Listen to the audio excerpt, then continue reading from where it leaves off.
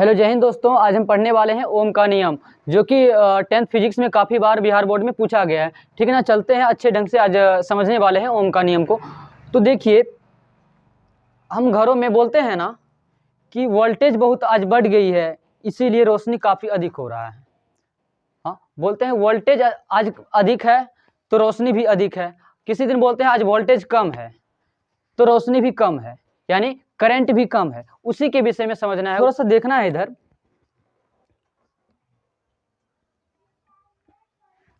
मान के चलिए ये एक चालक तार ले लिए, ठीक ना। चालक तार ले लिए। चालक का मतलब होता है कि जिसमें विद्युत धारा प्रवाहित हो सके, विद्युत धारा जा सके, जैसे कि चांदी, तांबा इत्यादि चालक हो गया ना। चालक का पहला सिरा ये है, इसको हम ए मान लेते हैं, और चालक का दूसरा सिरा इसको हम बी मान लेते हैं, ठीक ना। पहला सिरा को ए मान लिए, दूसरा सिरा को बी मान लिए, ठीक ना। इससे प्रवाहित होने वाली धारा इसको आई, ठीक ना। और ओम का नियम कहता है कि अगर वोल्टेज बढ़ेगी तो धारा भी बढ़ेगी, और वोल्टेज घटेगी तो धारा भी घटेगी, ठीक ना। यही नियम ओम का नियम कहलाता है। यहाँ पे वोल्टेज है, दोनों सिरों पर अगर वोल्टेज यानी विभवांतर, क्या है? विभवांतर। विभवांतर को हम भी से सूचित करते हैं ना, इसका एसआई यूनिट होता है वोल्ट, इसीलिए हम इसको भी से सूचित किया जाता है, ठीक ना। विभवांतर, अगर विभवांतर बढ़ेगी तो बीच में प्रवाहित होने वाली धारा भी बढ़ेगी। जैसे कि कहते हैं ना कि आज वोल्टेज बहुत ज़्यादा है, कि घर में जो है रोशनी बहुत बहुत अधिक है। किसी दिन कहते हैं कि आज वोल्टेज बहुत कम है, रोशनी भी कम है, यानी कि वोल्टेज बढ़ेगी तो करंट भी बढ़ेगी, अगर वोल्टेज घटेगी तो करंट भी घटेगी। वही बात है, अगर दोनों सिरों पर विभवांतर है, विभवांतर बढ़ेगा तो क्या होगा? इसके बीच जो चालक है, धारा है, विद्युत धारा है, विद्युत धारा है इसके बीच जो, वो भी ना बढ़ेगी, ठीक ना। विभवांतर बढ़ेगी तो विद्युत धारा भी बीच में बढ़ेगी। वही बात कहलाता है ओम का नियम में, ठीक ना। अब हम जानेंगे कि देखिए, एक दो लाइन देख लेते हैं। अगर किसी चालक की भौतिक अवस्था को स्थिर रखा जाए, मतलब ये चालक है, इसका भौतिक अवस्था को स्थिर रखा जाए, इसका मतलब ये हुआ कि न ये चालक को नहीं गर्म किया जाए, न ठंडा किया जाए, जैसा है वैसा चालक को रख दिया जाए, ठीक ना। नहीं गर्म किया जाए, ना काटा जाए, ना छोटा किया जाए, ना बड़ा किया जाए, जैसा चालक है उसी तरह हम इसको रख देंगे तो क्या होगा? तो इसके दोनों सिरों के बीच उत्पन्न विभवांतर, तो इसके दोनों सिरों, पहला सिरा ए, दूसरा सिरा बी, दोनों सिरों के बीच उत्पन्न विभवांतर, अगर दोनों सिरों पर विभवांतर उत्पन्न होगी तो विभवांतर एवं इसमें बहने वाली धारा दोनों एक दूसरे के समानुपाती होता है।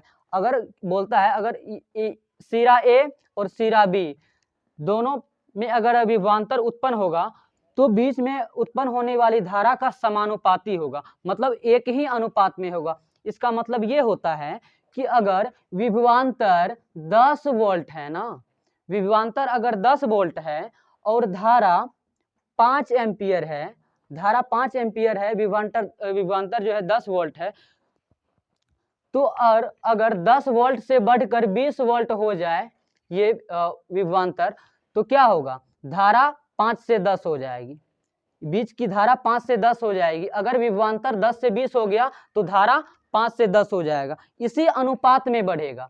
अगर ये 10 दोगुना बढ़ गया तो ये भी दोगुना बढ़ेगा। अगर ये घट के 5 चले आया तो ये 2.5 चलेगा, 5 का आधा 2.5 चलेगा, ठीक ना। यानी जो अनुपात में विभवांतर बढ़ेगा वही अनुपात में धारा भी बढ़ेगा। इसका मतलब है विभवांतर धारा से रिलेटेड है, यानी करंट रिलेटेड है, वही बात है। इसमें बहने वाली धारा दोनों एक दूसरे के समानुपाती होती है।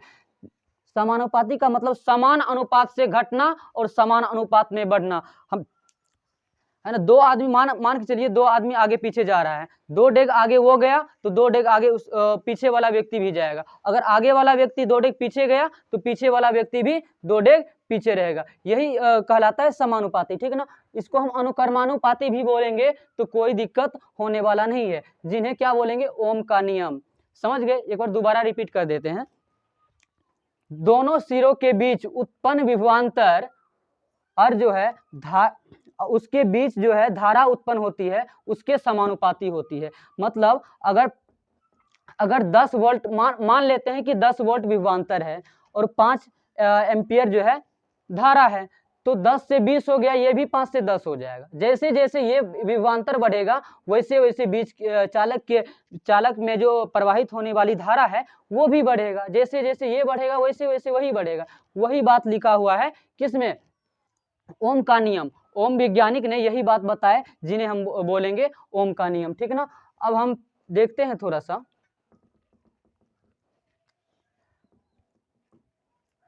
भी विभवांतर को हम किससे सूचित करेंगे, वोल्ट। विभवांतर के ऐसा मात्रक वोल्ट होता है, इसे हम भी से सूचित करेंगे। भी बराबर आई हो जाएगा, भी बराबर आई नहीं होगा, भी समानुपाती आई होगा ना, क्योंकि समानुपाती है ना, वोल्ट विभवांतर धारा का समानुपाती है ना। विभवांतर जैसे जैसे विभवांतर बढ़ेगी वैसे वैसे क्या होगा, धारा भी बढ़ेगी ना। इसीलिए ये भी समानुपाती आई होगा ना, क्योंकि इसी के अनुपात में ये भी बढ़ रही है और ये भी घट रही है, अनुपात दोनों का सेम है। तो ये किससे रिलेटेड है, ये रिलेटेड है प्रतिरोध से संबंधित है। ओम जो है ओम का नियम किससे संबंधित है, प्रतिरोध से संबंधित है। अब हम इस समानुपाती को हटाएंगे तो क्या हो जाएगा, भी बराबर आई को आर से गुना हो जाएगा, भी बराबर आई आर हो जाएगा। तो यही क्या कहलाता है, ओम का नियम। भी बराबर आई आर ओम का नियम कहलाता है। और विभवांतर का ऐसा ही मात्रक वोल्ट होता है, जिसे हम भी से सूचित करेंगे। प्रतिरोध का मात्रक होता है ओम होता है, जिसे हम ये ओम इस प्रकार का चिन्ह से सूचित करेंगे। तो चलिए, हमें उम्मीद है कि आप अच्छे ढंग से समझ गए होंगे, ठीक ना। अब चलते हैं ओम का नियम का सत्यापन करते हैं, क्योंकि अक्सर जो है बिहार बोर्ड का एग्जाम में 6 नंबर में फिजिक्स में पूछ देता है कि ओम का नियम को परिभाषित करें तथा इसका सत्यापन भी करें। तो चलिए हम सत्यापन करके दिखाते हैं कि किस प्रकार का ओम का नियम को सत्यापन किया जाता है, ठीक है ना। तो ठीक है, देखिए अब समझना है यहाँ पे सत्यापन, ठीक ना। तो सत्यापन में देखना है, पहले सबसे पहले परिपथ खींच लेना है, इस प्रकार से परिपथ बना लेना है। अब यहाँ पे वोल्ट मीटर दे देना है, यहाँ पे एमीटर लगा देना है, यहाँ पे विद्युत सेल यानी बैटरी खींच देना है। उसके बाद यहाँ बंद कुंजी लगा देना है, धारा नियंत्रक लगा देना है, ठीक ना। इतना काम तो करना होगा, फिगर तो बनाना होगा, ठीक ना। पेंसिल से फिगर बनाना होगा। उसके बाद यहाँ वोल्ट मीटर जो है, वोल्ट मीटर को एक बात यही ध्यान में रखना है कि वोल्ट मीटर को हमेशा समांतर क्रम में सजाया जाता है, ये समांतर क्रम में जोड़ा जाता है। किसको, वोल्ट मीटर को हम समांतर क्रम में सजाएंगे, क्योंकि ये इसका जो है यहाँ भी समान है, एक समान रूप से है। तो ये ऐसे भी पता लग रहा है कि ये समांतर क्रम में जोड़ा गया है, ठीक ना। और जितना भी उपकरण है, ये परिपथ में जितना भी उपकरण है, एमीटर, विद्युत सेल, बंद कुंजी, धारा नियंत्रक, सभी जो है एक श्रेणी क्रम में जोड़ा गया है। देखने से भी पता लगता है कि श्रेणी क्रम में जोड़ा गया है, ठीक ना। सत्यापन में सबसे पहले ये फिगर को हमें फिगर बनाना है। उसके बाद फिगर के अनुसार से वोल्ट मीटर, एमीटर, धारा नियंत्रक, विद्युत सेल, बंद कुंजी इत्यादि सभी व्यवस्थित ढंगों से सजा देना है, व्यवस्थित ढंगों से रख देना है। और एक थोड़ा सा स्टार पॉइंट में लिख देना है कि वोल्ट मीटर को समांतर क्रम में सजाया जाता है। वोल्ट मीटर को हमेशा कौन सा क्रम में सजाया जाता है, समांतर क्रम में सजाया जाता है। और सभी उपकरणों को श्रेणी क्रमों में सजाया जाता है। इससे हमारा ऑब्जेक्टिव भी क्लियर होते जाएगा, ठीक है ना। कई बार इस समांतर क्रम और श्रेणी क्रम पूछा गया है, ऑब्जेक्टिव में भी पूछा गया है। तो चलिए, इतना काम कर देने के बाद अब सारणी में आइए। इस सारणी में आइए, सारणी में देखना है, हम यहाँ पर रख दिए भी, यानी वोल्ट। वोल्ट का मतलब विभवांतर, ठीक ना। विभवांतर और यहाँ धारा रख दिए, इन धारा यानी करंट, विद्युत धारा, ठीक ना। विभवांतर मान लिए ये कोई कहीं से लिया नहीं गया, माना गया, ठीक ना। मान लिए 10, विभवांतर 10 मान लिए यहाँ पे। अब हमें इसके नीचे धारा को 5 मान लिए, फिर विभवांतर को यहाँ पे 20 माने तो धारा को 10 माने, फिर यहाँ विभवांतर को 30 माने तो धारा 15 मान लिए, ठीक ना। अब अगर हम यहाँ विभवांतर को 20 मान के चलिए 30 मानते तो इसको धारा 15 मान लेते, यहाँ पर अगर 60 मानते तो धारा 30 मान लेते, यानी आधा के अनुपात में, यानी इसी के रेशियो में, यही अनुपात में, इसी के अनुपात में हमें आगे बढ़ना है। कोई भी संख्या लेंगे तो लेकिन यही अनुपात में होना चाहिए, तब हमें समझने में भी आसानी रहेगा, ठीक ना। ये सारणी खींच लेंगे अपना मन से, सारणी बना देंगे। उसके बाद इस प्रकार से ग्राफ खींच लेंगे, इस प्रकार से लकीर खींच देंगे ग्राफ का, ग्राफ बनाने के लिए, ठीक ना। अब हमें क्या करना है, इधर नीचे में धारा मतलब आई जो भी है 5, 15, 10 सभी को व्यवस्थित ढंगों से लिख देना है। उसके बाद क्या करना है, विभवांतर यानी ऊपर में व्यवस्थित ढंगों से लिख देना है समान दूरी पर। ग्राफ में यही ना करते हैं। तो क्या करना है हमें, ये 10 को मिलाना है ना, 10 को सीधा ले आएगा, 10 ये 10 किसी बिंदु पर तो मिलेगा ही ना, तो देखना है। ये देखिए 5 और 10 ये विभवांतर और धारा दोनों इस बिंदु पर मिल रही है, तो क्या होगा, विभवांतर बढ़ेगा तो धारा भी बढ़ेगा ना। तो 20 भी सीधा जा रहा है, ये भी कहीं पर मिलेगा, 10 भी ऊपर जाएगा,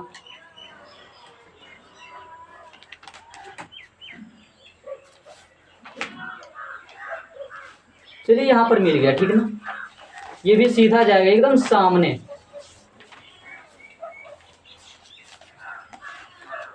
ये भी ऊपर जाएगा 15,